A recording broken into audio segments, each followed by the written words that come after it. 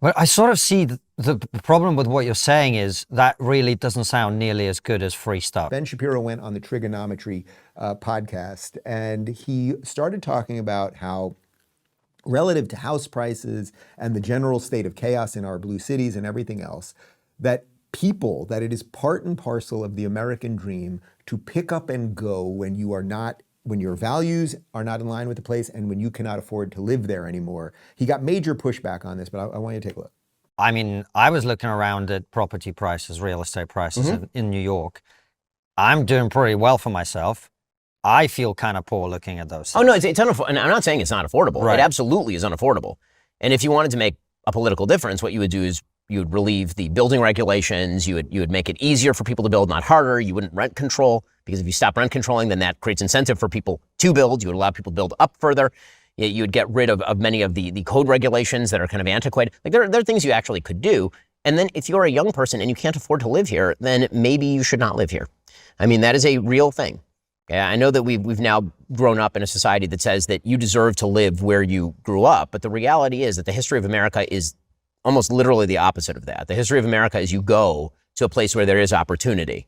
And if the opportunities are limited here and they're not changing, then you really should try to think about other places where you have better opportunities. Again, that's not saying that public policy can't change. I think it can, but I think that the solutions being offered are untenable. Well, I sort of see the problem with what you're saying is that really doesn't sound nearly as good as free stuff. Correct. The third grade presidential campaign continues to win. It's undefeated, right? Free ice cream, free busing, free childcare, and free money paid for by somebody else. Okay, so a lot of people were pissed at Ben about that. Now, it's a part of a much broader conversation where he talks about all of the problems of New York City and how they've created terrible economic conditions and all of that stuff. But a lot of people were pissed at him because it sort of sounds cold, right? Nobody wants to have to pick up and go. Nobody wants to do it, right? Like or if you do it, you want to do it because it's purely voluntary. Like, oh, I've always wanted to live, it's sunnier over there, I'd like to live there, or whatever it might be, right? So it sounds a little bit cold, like if the conditions aren't right where you live, you should go. I will grant you that it does sound cold. Now let's think about it a little deeper for a second.